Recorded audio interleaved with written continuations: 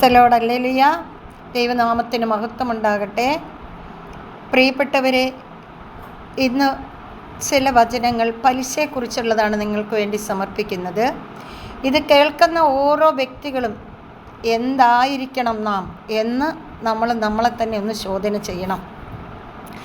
വചനം ഇപ്രകാരമാണ്: സമ്പത്ത് നേടാൻ അമിത അധ്വാനം ചെയ്യരുത്, അതിൽ നിന്ന് ഒഴിഞ്ഞു നിൽക്കാൻ വേണ്ട വിവേകം കാണിക്കുക. സമ്പത്തിന്മേൽ കണ്ണു വയ്ക്കുമ്പോഴേക്കും അത് അപ്രത്യക്ഷമാകും. കഴുകനെ പോലെ ചിറക് വെച്ച് ആകാശത്തിലേക്ക് പെട്ടെന്ന് അത് പറന്നു പോകുന്നു. സുഭാഷിതം 23:4-5 വാക്യം. അവനിൽ നിന്ന് പലിശയോ ആദായമോ വാങ്ങരുത്. ദൈവത്തെ ഭയപ്പെടുക, നിന്റെ സഹോദരൻ നിന്റെ കൂടെ വസിക്കട്ടെ. ലേവ്യർ 25:36. നിന്നോടൊന്നിച്ച് വസിക്കുന്ന എൻ്റെ ജനത്തിൽ ദരിദ്രരായ ആർക്കെങ്കിലും നീ വായ്പ കൊടുത്താൽ പലിശയ്ക്ക് കടം കൊടുക്കുന്നവനെ പോലെ പെരുമാറരുത്. അവനിൽ നിന്നും പലിശ ഈടാക്കുകയും അരുത്. അയൽക്കാരൻ്റെ മേലങ്കി പണയം വാങ്ങിയാൽ സൂര്യാസ്തമയത്തിന് മുൻപ് അത് തിരികെ കൊടുക്കണം. പുറപ്പാട് 22:25. നിന്റെ സഹോദരന് ഒന്നും പണമോ ഭക്ഷ്യസാധനങ്ങളോ മറ്റെന്തെങ്കിലുമോ പലിശയ്ക്ക് കൊടുക്കരുത്. നിയമാവർത്തനം 23:19.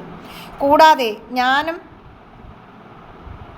സഹോദരന്മാരും വൃത്യരും അവർക്ക് പണവും ധാന്യവും വായ്പ കൊടുക്കുന്നു. പലിശ വാങ്ങൽ നമുക്ക് ഉപേക്ഷിക്കാം. നെഹമ്യ 5:10. കർത്താവിൻ്റെ വചനം.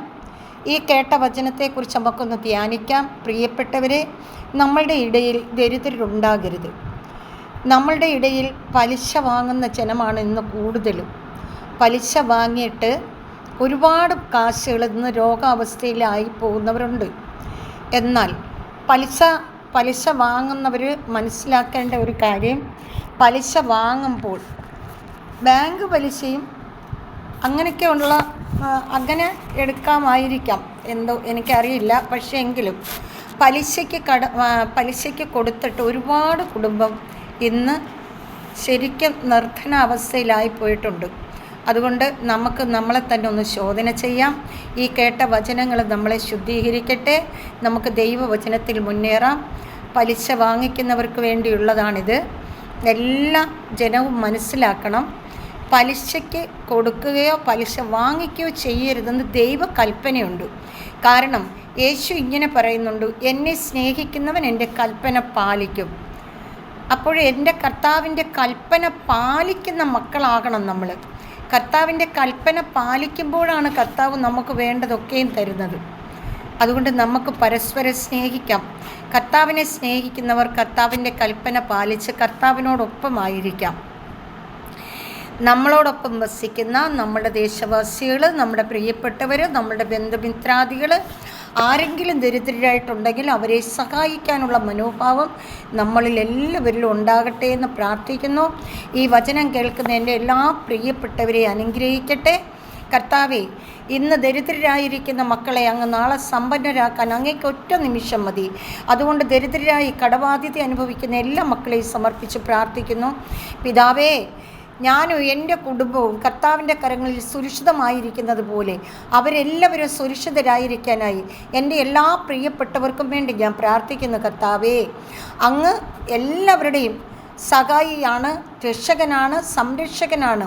ആകാശവും ഭൂമിയും അവയിലുള്ള സമസ്തവും സൃഷ്ടിച്ച എൻ്റെ സ്വർഗീയ പിതാവിൻ്റെ പൊന്നോമന കരങ്ങളിലേക്ക് എൻ്റെ എല്ലാ പ്രിയപ്പെട്ടവരെയും സമർപ്പിച്ച് പ്രാർത്ഥിക്കുന്നു.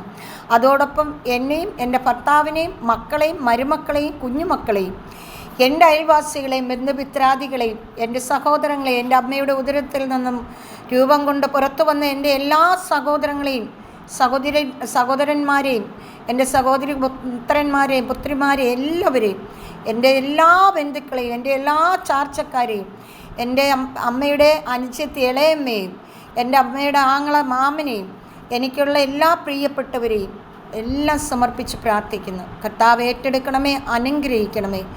ദൈവമേ, അവരെ അങ്ങയുടെ ആത്മാവിനാൽ നിറയ്ക്കണമേ എന്ന് പ്രാർത്ഥിക്കുന്നു. പരിശുദ്ധാത്മാവിൻ്റെ കര അവരുടെ മേൽ നീട്ടണമേ എന്ന് പ്രാർത്ഥിക്കുന്നു. ഈ പ്രാർത്ഥന കേൾക്കുന്ന എല്ലാ മക്കളുടെ മേലും അങ്ങയുടെ അഭിഷേകം നിറയട്ടെ എന്ന് പ്രാർത്ഥിക്കുന്നു. പരിശുദ്ധാത്മാവിൻ്റെ അഗ്നി ഇറങ്ങി അവരുടെ മേലെല്ലാം പ്രവർത്തിക്കണമേ എന്ന് പ്രാർത്ഥിക്കുന്നു. പിതാവായ ദൈവത്തിൻ്റെ സ്നേഹവും പുത്രനായ ദൈവത്തിൻ്റെ കരുണയും പരിശുദ്ധാത്മാവിൻ്റെ അഭിഷേകവും ഞാൻ പ്രാർത്ഥിക്കുന്ന എല്ലാ വ്യക്തി ജീവിതങ്ങളോടും ഒപ്പം ഇരിക്കട്ടെ എന്ന് പ്രാർത്ഥിക്കുന്നു. നിത്യം പിതാവും പുത്രനും പരിശുദ്ധാത്മാവുമായ സർവീശ്വര എന്നേക്കും ആമേൻ. കർത്താവ് നിങ്ങളെല്ലാം സമർത്ഥമായി അനുഗ്രഹിക്കട്ടെ. Praise the Lord. ആമേൻ.